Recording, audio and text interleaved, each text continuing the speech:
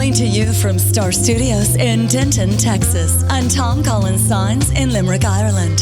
This is Coffee with a Sign Painter, a podcast hosted by sign painter Sean Starr and Tom Collins. This groovy soundtrack was written and performed by Fergal Lawler of the Cranberries. Thanks, Fergal.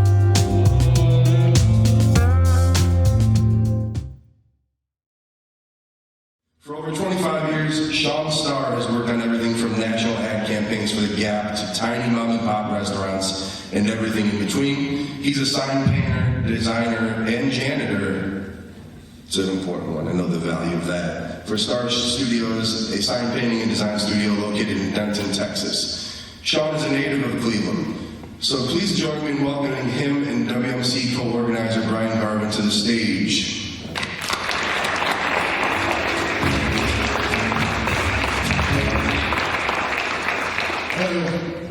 Thanks for coming out.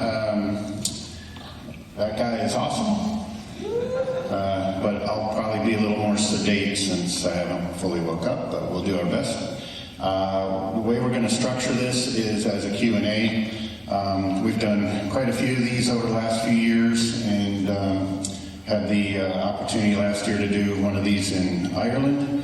And what we found seems to work best is instead of me sitting here telling you what I think you want to hear, is let you guys pose most of the questions to get the answers that you'd like to know about our trade. There's been a lot of attention given to sign painting over the last few years.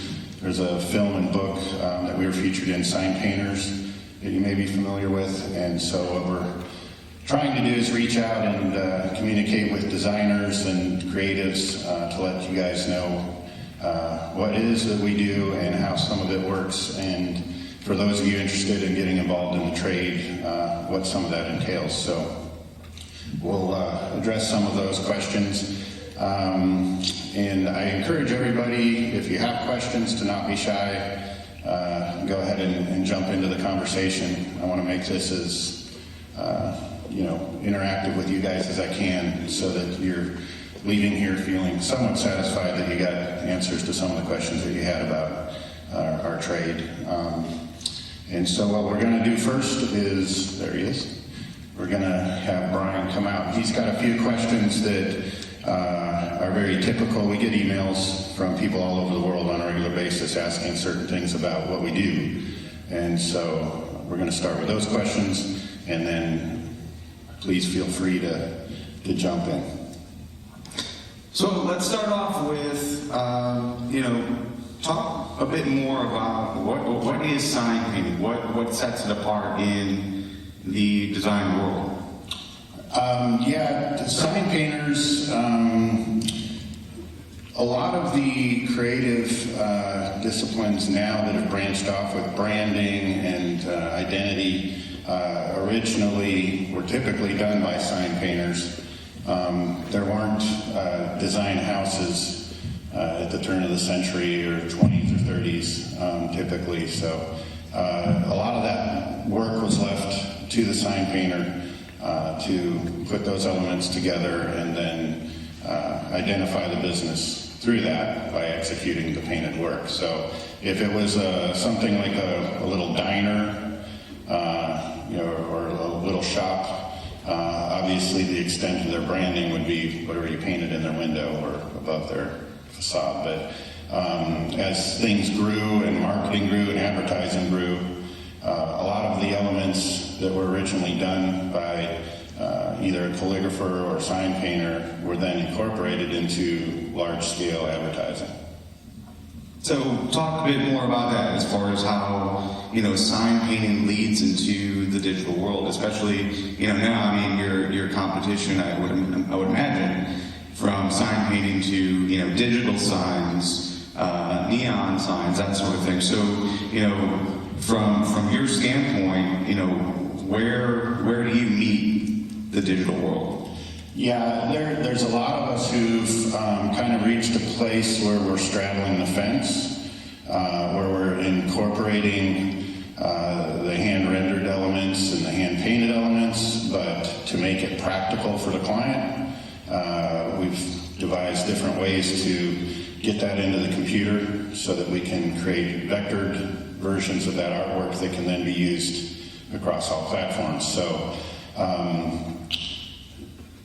when I first started in the trade, it was just at the point a couple of years after where computers were starting to get utilized by sign shops that were typically just doing sign painting prior to that.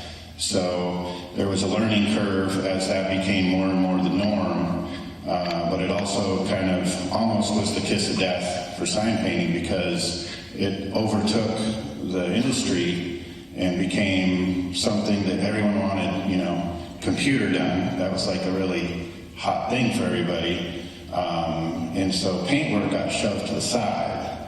And for those of us that were very passionate about it, it was a horrible period. So when we saw opportunity to focus solely on that, we just went for it and we starved for several years, but we dug our heels in, and it's now we're at a point where that's all we do.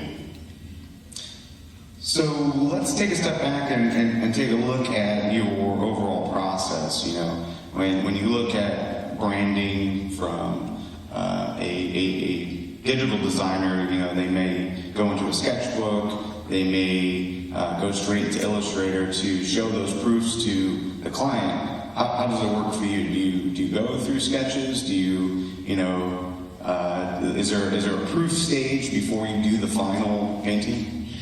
Yeah, for definitely, before we do any painting, we provide the client with a to-scale mock-up so they can see full context of what they're getting. And that also has the benefit of taking the client out of the mix so that you can just work. You don't have to answer any additional questions at that point, hopefully. But typically, somebody designing on the computer may provide a client with, let's say, a dozen different versions of a logo mark, for instance. Because what we're doing is so time-intensive by hand, we don't typically do that. So our process is a little different in that there's a certain level of trust that has to be established for a client to feel comfortable with you presenting maybe one or two ideas as opposed to 6 or 8 or a dozen. So we try to refine the concept as much as we can with the client before we start the process at all to determine what it is they're really about.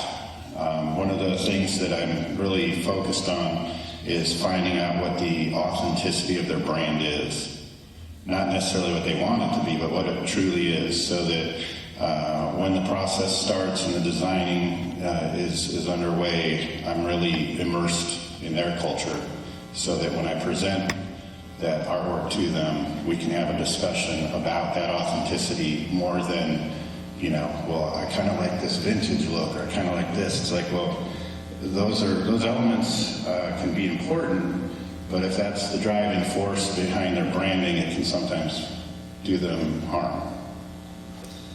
So how did you get started? Were you an apprentice first, or just go over your basic beginnings? My dad, who was born and raised here in Cleveland, he moved our family when I was about 8 years old down to San Antonio, Texas. And he wanted to kind of reboot.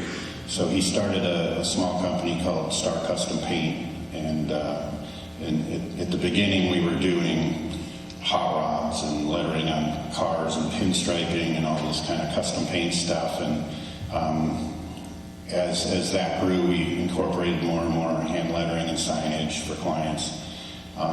So I spent the first 3 years working for him, doing nothing but like the worst grunt work you could imagine. We wasn't allowed to touch paint for 3 years. So it was sweeping floors and being a gopher and running errands and doing that kind of nonsense. And but that's talking to different people who've come up in the trade. It's a really important step, because at the time you're like, this sucks. Why am I having to do all this? But over time, looking back on it, you can see that being around all of the different stages of the processes without being able to get involved in them gave you the foundation that you needed, so that when you were let to do the next step, you already knew what it was, and you were so eager to do it that like you were on it. Whereas if all of that was open to you at the beginning, you'd do a lot of it half-assed because you're just trying to, get everything done. Sure, and looking at least how I started, I didn't go to school for design or development. I taught myself. So you've got the two sides of that argument. Whether or not going to art school is the way to go, or just learning as you go, or teaching yourself. What do you see? I mean, obviously you had the ability and the fortune to learn from your family, learn from your dad. So is that how you see a lot of sign painters going that route, or are they going to get formal education on that sort of thing? Well, we have seen in the last few years more designers with a design education, design background wanting to get involved. So that is something new. There's one sign painting trade school left that's functioning in LA.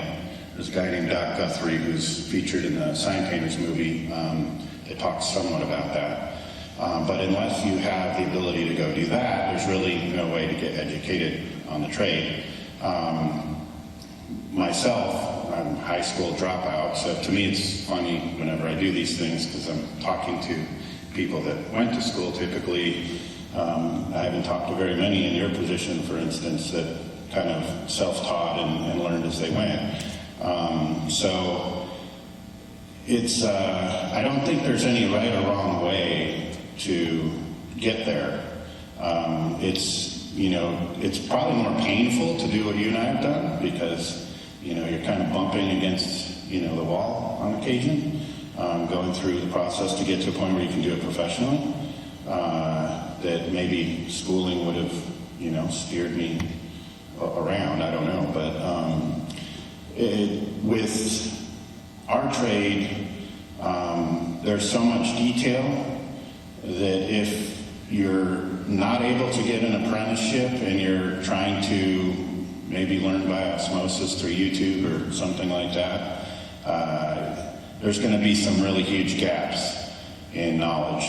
So you typically, and it's been the case for hundreds of years, you would apprentice under somebody that would teach you all the different stages so that when you were ready, you could go out and make a living on your own. So is that something you're actively doing, bringing on apprentices to continue that trade? Yeah, we get emails about that. We've had emails from as far away as Australia and Scotland of people offering to come and apprentice with us, which is flattering. But obviously we can't do that, extensively. We do have, there's a gentleman in our town, his name's Cole Bridges, and he's been working with us for 4 years now as an apprentice. And he's just now, at this stage, able to, when we get busy, I'll hand off a lead or a client to him, and he can go through all the steps of getting that job, going and executing it, getting paid, all of that. But it's taken 4 years for him to be able to do that. He's got a natural knack for some of it. So yeah, and it definitely seems like it's a lot harder to get into the sign painting and really start doing that and working with clients right away, because that's permanent. That's going to be up there for a while. So as Sean mentioned, this is an open conversation. So if there's anyone in the audience that has a question, you can shout it or walk up to the stage and I'll hand you the mic. But feel free to do that. As far as an apprenticeship, what does an apprentice normally have to go through in those first few years? a lot of hazing. Yeah.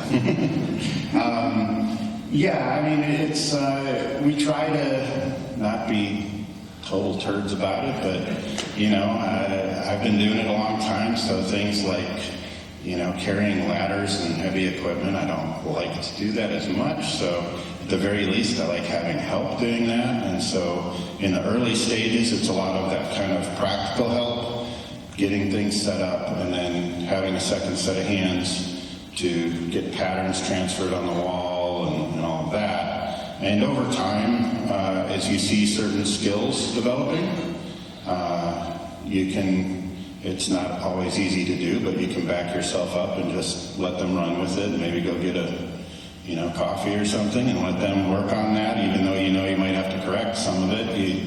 You kind of let them out, you know, a little bit further and further until they can accomplish certain stages on their own. So. All right, I am having a hard time seeing because of the light. So again, if there's any questions, feel free to ask. Yeah, I've got one. Yeah. So you mentioned trying to learn some of these skills through YouTube, obviously not being the best way to do it. Right.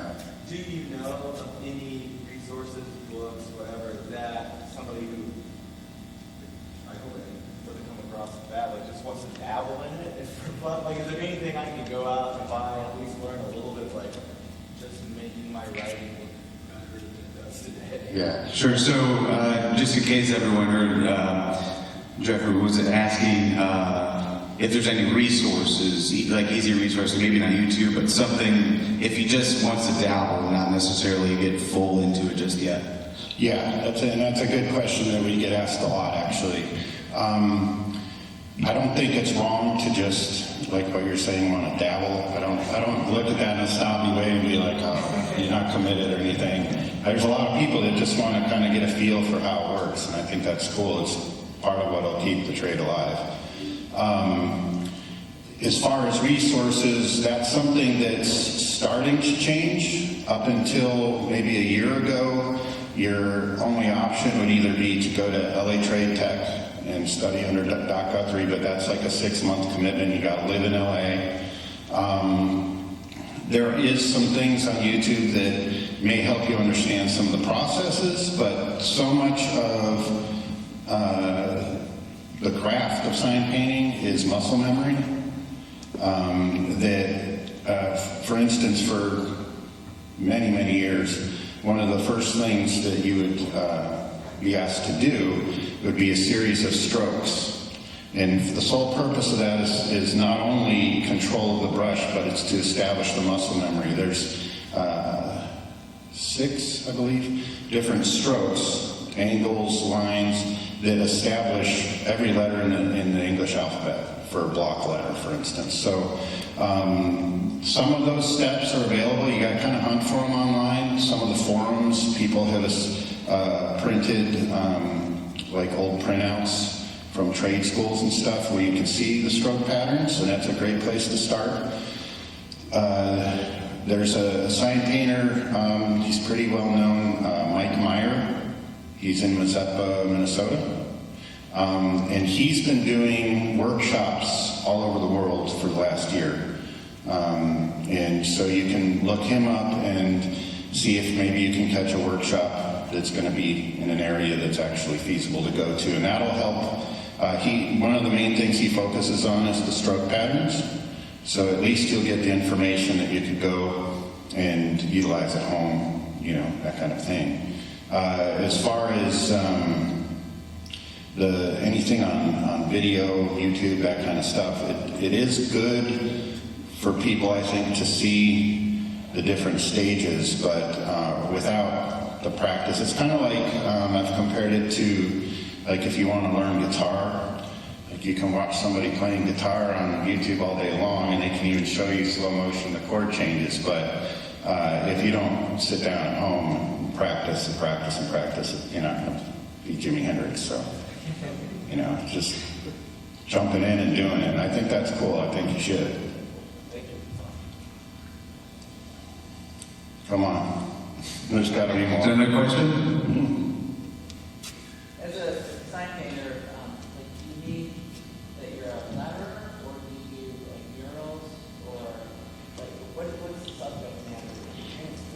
That's a good question too, and I think what you'll find if you look online at different sign painters' websites, out of pure survival, a lot of us have diversified so much over the years that we do a lot of different things. There are a few people that may just decide to focus on one aspect of the trade, and that's how it used to be. When there was a lot more people doing it, out of necessity, you would say, well, I'm just going to focus on this. And the guy next to me is doing walls, and I'm going to do gold leaf on glass, for instance. So aside from a few different branches, which one of them would be what we refer to as window splashes, which would be like sale this weekend that you see on storefront windows, pizza by the slice, that kind of stuff. There's the people that do that typically just focus on that, and they've got a really good business doing that because it's repeat work. And so once you get your clients established, you're just doing that over and over. But for instance, with us, aside from the commonality that we're in a period right now where everyone's feeling nostalgic, so everybody wants something to look vintage. Aside from that vintage theme, we do everything from large-scale walls, we do murals, we do a lot of gold leaf on glass because there's not that many people left that know that process. With my background with hot rods and motorcycles, we do a lot of that kind of work. And we kind of just jump around. It's, you know, some work is seasonal, and other work, it just depends on trends. So, for instance, when the film Sign Painters came out, there was a lot of requests for vintage-looking work on walls and brick walls, and we've done a lot of that. But, you know, we see a trend throughout the year. There's different times where we get a lot of calls for gold leaf on glass. So, it just depends. And the more information you gather over the years and techniques that you develop, the more you're able to fill in gaps when the market gets slow. That help? Yeah. Okay. So you mentioned, I think it was Mike Myers, and you have also talked about the Sign Painter movie.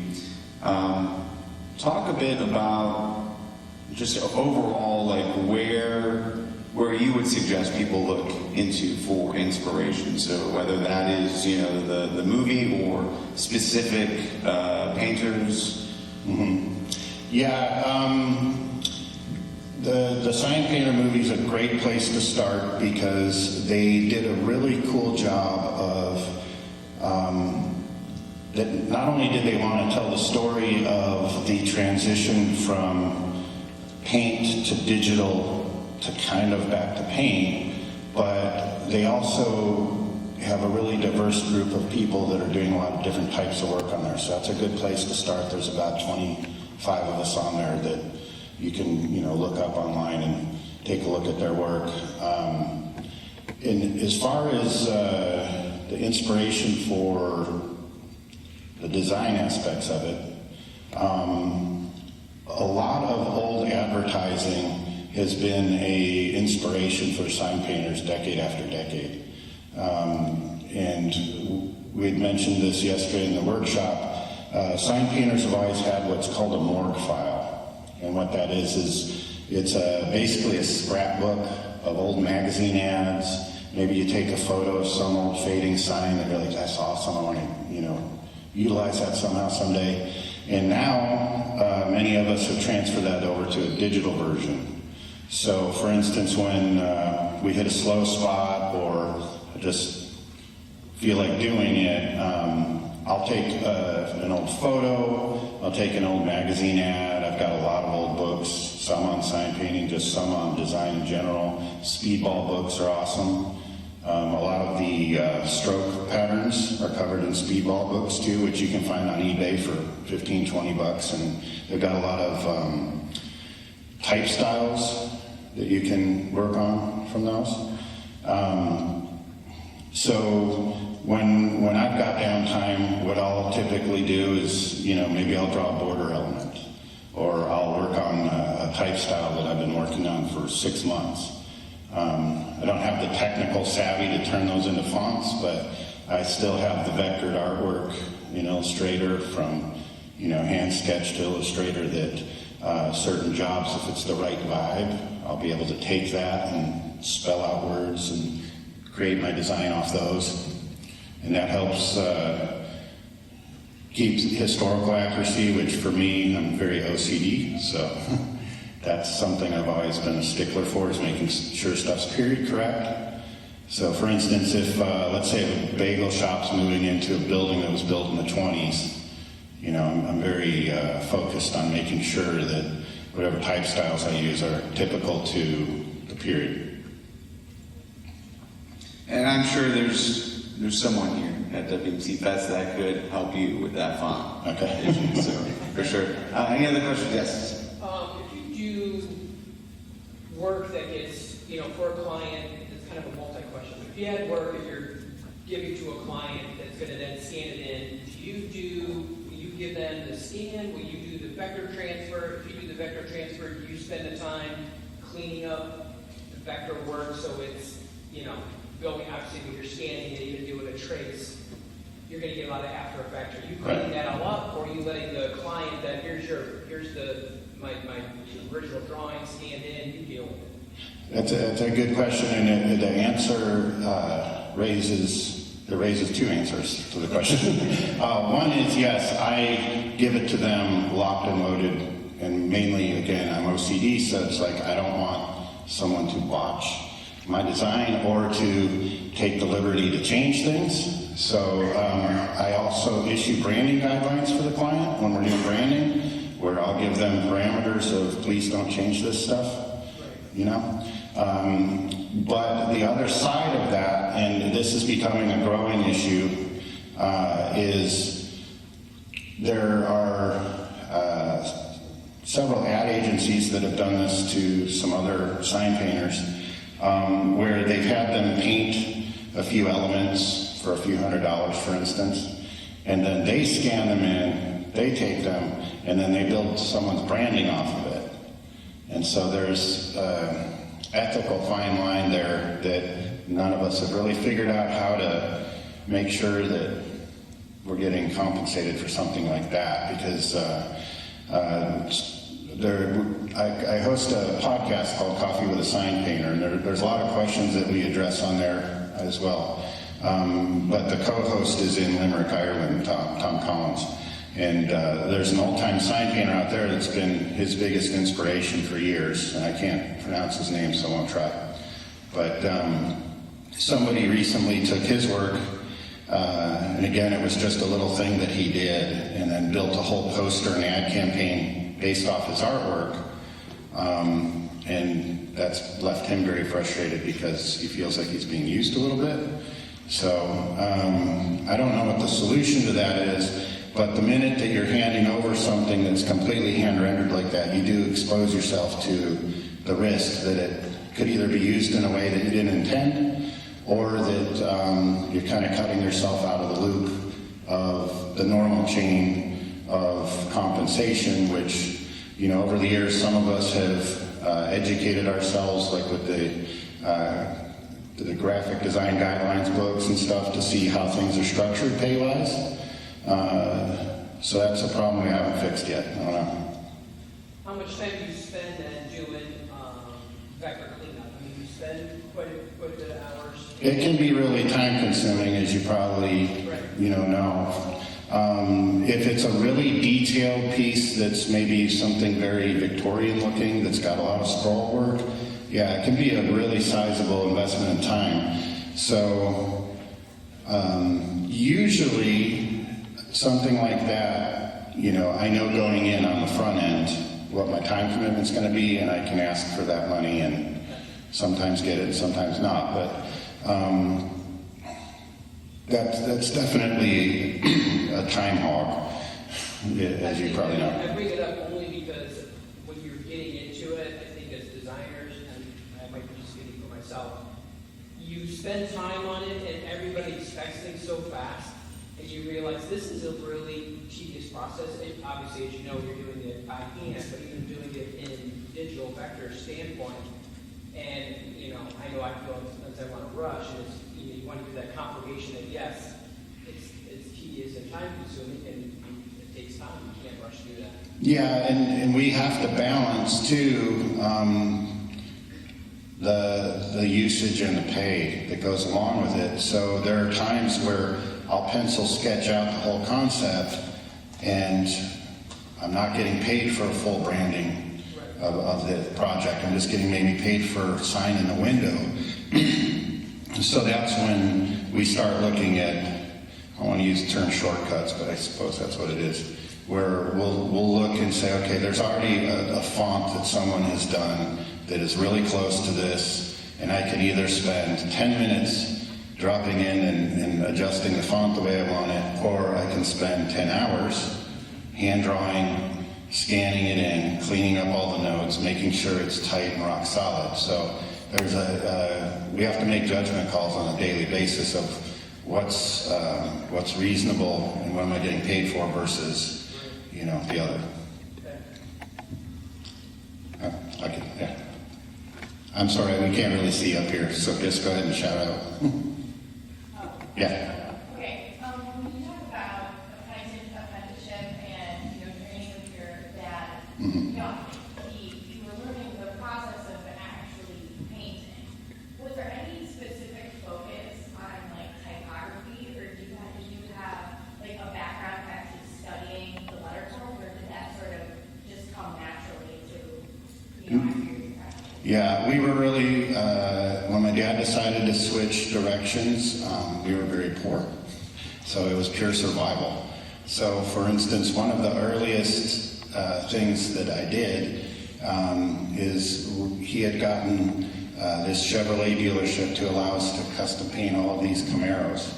And I was tasked with, you need to figure out a way to write the word Camaro on the door, 4 inches tall or whatever, and it has to look great.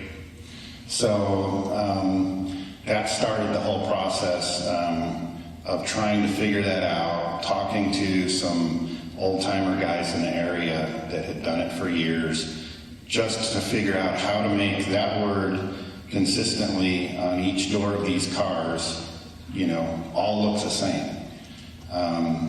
And so I think because sign painting has always been a trade, kind of like plumber, I think that the approach was so different, where you're literally just hustling to try and get something done, to get a check to pay your electric bill, as opposed to, we never had the luxury to study much of anything. It was just, we've got this project, we don't really have a clue how to make this look the way they're asking for. How do we figure that out? And so then you might stay up till 2 a.m. experimenting, trying to figure out how to do that, as opposed to, having the ability to look through lettering books. All of that for me came many years later, where I had the ability, working as a designer in a sign company, I was able to really take my time and take free time and start looking at letter structure and layout and that kind of stuff versus just being, trial by fire of this needs to happen so you can buy groceries. I've got a double header for you. Okay. You mentioned fonts a minute ago, and I'd love to know your favorite boundaries or sources, because obviously you've got good taste in typography. And then second, on that sort of licensing and money talk a minute ago, it made me think, like sometimes I'll find an image in an old book or something, like a wacky advertising guy, and I might lift it and use it on something. And I feel fairly safe doing that because, Joe books are copyright free. But when you're just searching junk stores, old stuff for inspiration, do you feel like there's a kind of safe way to go about that you feel kind of okay, cool, this kind of uses 1895, and probably should. Yeah, and that's obviously more of legal question than anything. I have no clue on the legal, but there's also the ethical side of it. But at the same time, I mean, that's been the nature of art and commercial art since the beginning. I mean, we all steal from each other. Come on, give me a break. So it's, I don't know, it's a tough one because, especially when you start digging back into the old stuff, my viewpoint, and everyone, determines on their own, but my viewpoint is there are things that I come across that are inspirational that I'm like, that's awesome, I'd love to use this as the inspiration for this design, versus what we've all seen, which is, somebody will scan something in, vectorize it, and then they're selling it on, one of the vector sites or whatever. I think there's a balance between the two, and I think everyone's done it where we've seen something in old book where like that would scan pretty clean, and I could kind of adapt it a little bit and make that part of my border or whatever, and I don't think that's a bad thing. But what I do think happens is it can make designers lazy, and that is a bad thing because then you're regurgitating a bunch of stuff as opposed to creating something new. So one of the things that we always encourage when we do the workshops is for people to actually break out a pencil and paper, because there's so many designers that have only ever used a mouse and maybe just experimented with drawing a little bit of typeface or something, but there's something I think different that occurs creatively in our brain when we're actually putting pencil to paper. So I think it's an important skill, even if the type of work you're doing, let's say you're only going to design websites. I think the process of drawing ideas out and pushing a pencil across paper, I think creatively really helps us to work more creatively, and so I always encourage people to do that. As far as the typefaces, as you know, there's tens of thousands of fonts out there now, and I've hit or miss found quite a few that I'm like, that could work in a historical context. Letterhead fonts, which you're probably familiar with, they've done an awesome job of most of the guys that, and they're kind of in the same position I am, is they've got the artwork, but they don't know how to make it function. So what Letterhead Fonts has done is they've taken a lot of sign painters' files and turned them into active fonts and then sold them on behalf of the designer. Most of the typefaces that we use, we've kind of got this like underground little thing going, me and some other sign painters, where we've got those files in vector format that we've worked on, some of them for years, and then they'll start with a brush, they'll get scanned in, they'll get cleaned up and all that. And so we've done these vector swaps for years where it's like, hey, I've got this really cool thing dialed in, I'll give it to you, but what do you got? So, but again, I think it's important to break free from just, I can download this and use it. And we do it too. I'm not saying that we don't, but it's selectively, like addressing the other question, that if we're not getting paid to do a fully intensive design, then I can't justify creating something completely new for a client. Although sometimes I do, especially like if we're working on a tattoo shop project, because I love the variables with that. A lot of times I'll just let myself take the time that it's not reasonable to do, because I want to see like it all come to life. So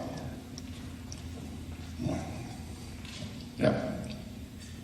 How would you describe the benefit of like hand sign painting versus a vinyl print to a client? I think the largest benefit is the fact that the public engages with it on a very different level than, vinyl is very, as you know, very crisp, very clean, perfect, and people walk past it all day, every day. But hand painted and the small imperfections and the brush strokes, I think we're so inundated with digital, and we're all on our phones constantly, and everything is digital, that when someone actually sees something that's been rendered by hand, they engage with it differently, and that's got a huge value. The client doesn't necessarily always understand that, and not all clients do, but the ones that do are very loyal clients of ours that use us year after year on different things because they know that's how they want to represent themselves, and they also know that the public does engage with it. Did you consider yourself okay? Yeah. I'm sorry? Did you consider yourself an artist before you were a sign painter? Yeah, I think so. I mean, I think probably everyone in this room, you know, that's probably was the fuel to, you know, build a career around something where I could work creatively. You know, I don't know that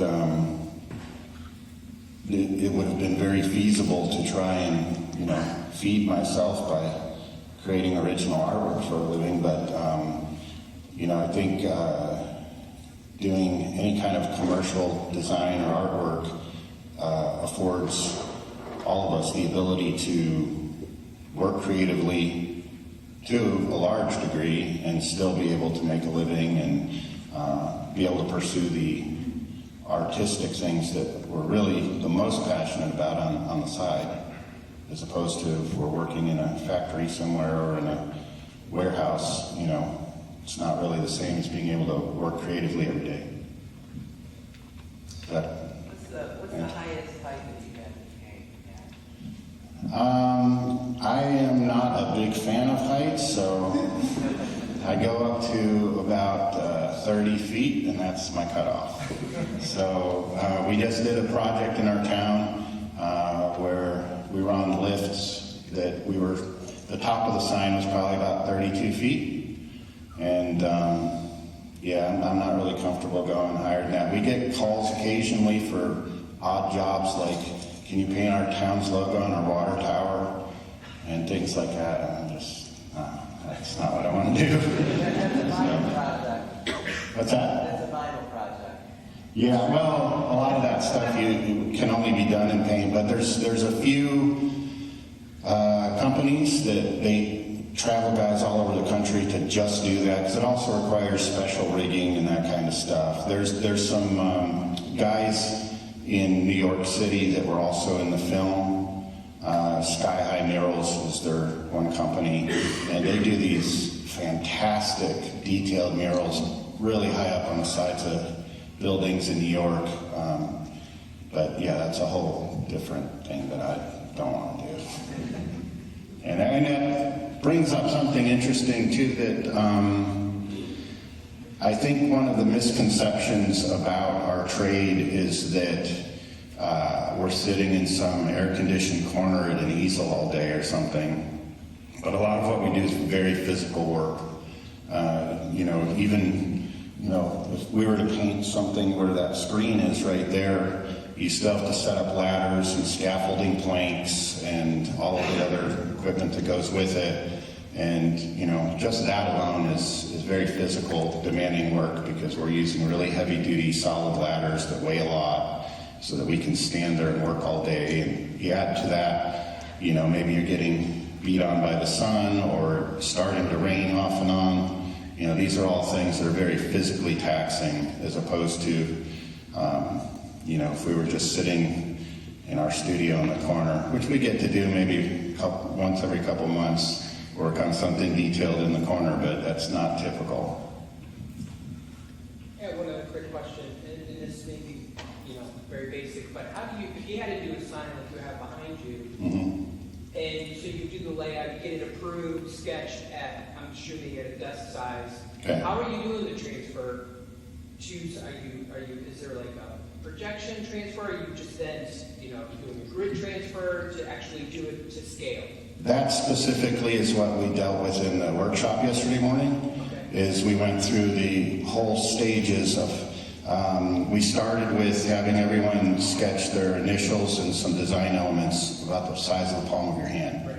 And then it's how do you get that bigger and accurate. Right. So for instance, you know, if you're painting a mural and you do the grid process, which would be, taking your artwork typically like 1 inch equals 1 square foot, and then you draw a grid over it, and then you try to reproduce that large scale. If you're doing a mural, like a nature scene, there's a lot of room for error from the original to the finish that no one will ever notice, because you got organic shapes and shading and all of that. Where it gets tricky is when you start dealing with typography, because we see it so much, we know when it's wrong. And one of the examples that we showed was the Coca-Cola logo. People that have nothing to do with design or advertising, they know what that logo looks like. And if it's not dead on, if the proportions aren't right, if the thicknesses aren't right, they might not even know why it doesn't look right, but they're going to look at it and say, it doesn't look quite right. So when you get to the point where you're representing a client's branding, obviously Coca-Cola would be the extreme, but even on a smaller scale, if it's a restaurant, you're painting the logo in the window, and that same logo's on their menus and in their advertising, if it's not all matching, people are going to know. So the process that we use, you could use a projector, you could also use a printer, but it's basically taking that artwork, making sure it's tight and clean, and then scaling it up, and then transferring that to paper, and then that paper is used to transfer the pattern, which is the same process they did the ceiling of the Sistine Chapel with. Is basically drawing bubbled outlines of the figures, and then they would go up and transfer that with graphite, etc. And that's a whole process to dig into, and you can probably find some resources on that online. For it. The term is Pounce pattern, so if you look that up, it might give you some insight on how we do that.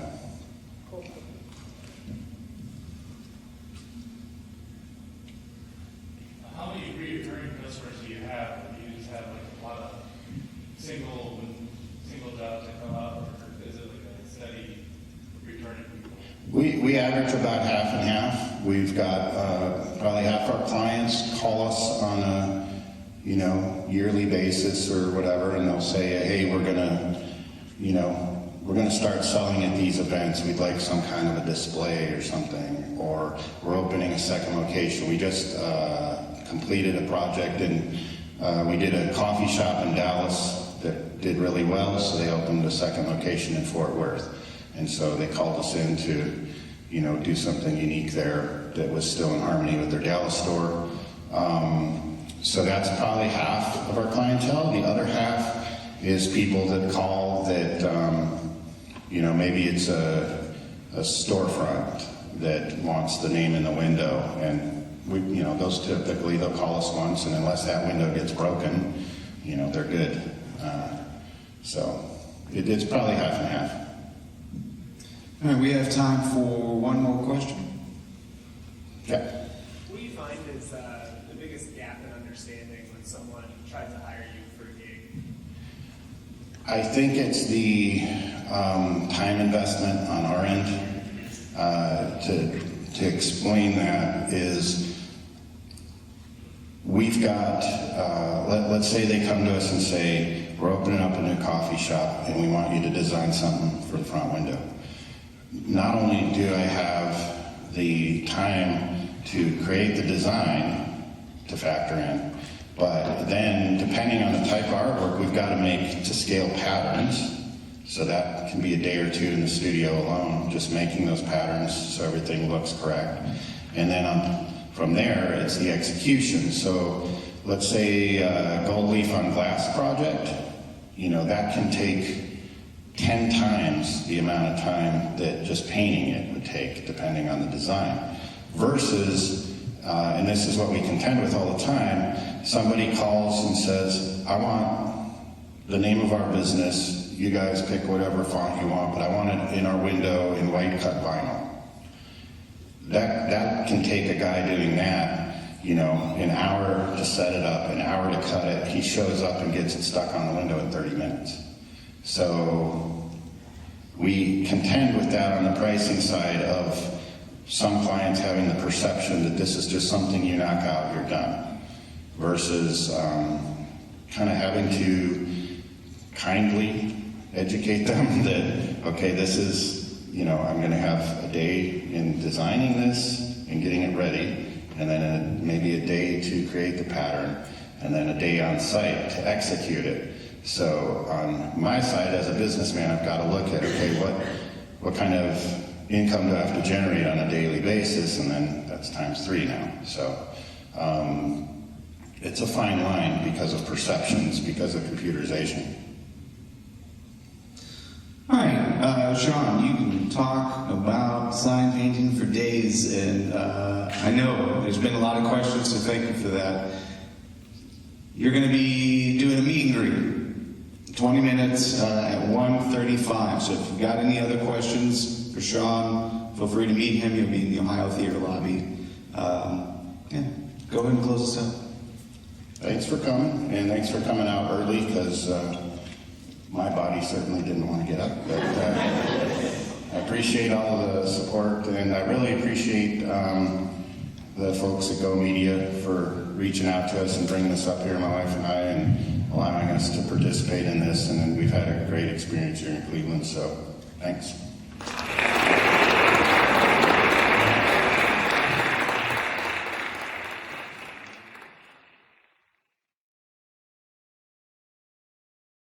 Okay, Hepcats. This is the part of the show where we play a song from the Arhoolie archive, so pay attention. You can get these tunes from the legendary Arhoolie records at arhoolie.com. Now sit back, open up some One Shot, crank up the volume, and expand your minds, babies.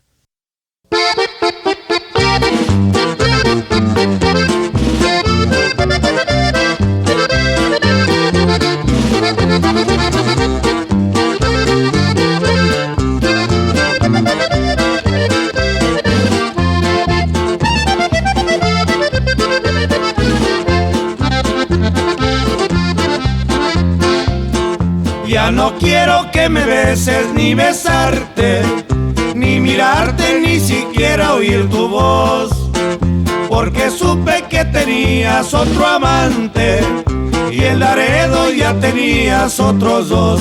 Te gusta mucho el baile y bailas al compás, te vas hasta Laredo y quieres más y más.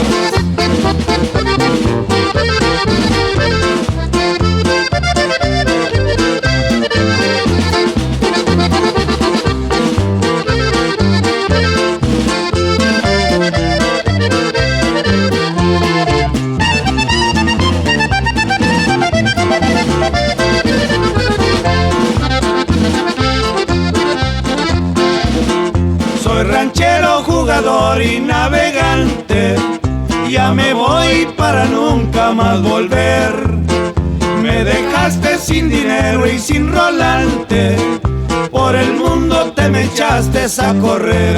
Te gusta mucho el baile y bailas al compás, te vas hasta Laredo y quieres más y más.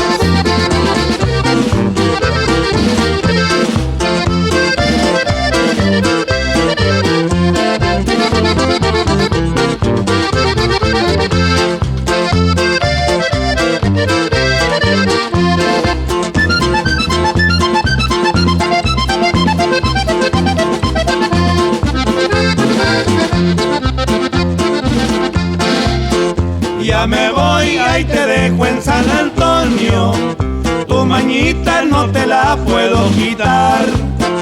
Hay momentos que pareces el demonio, cuando mueves la cintura pa' bailar. Te gusta mucho el baile y bailas al compás, te vas hasta Laredo y quieres más y más.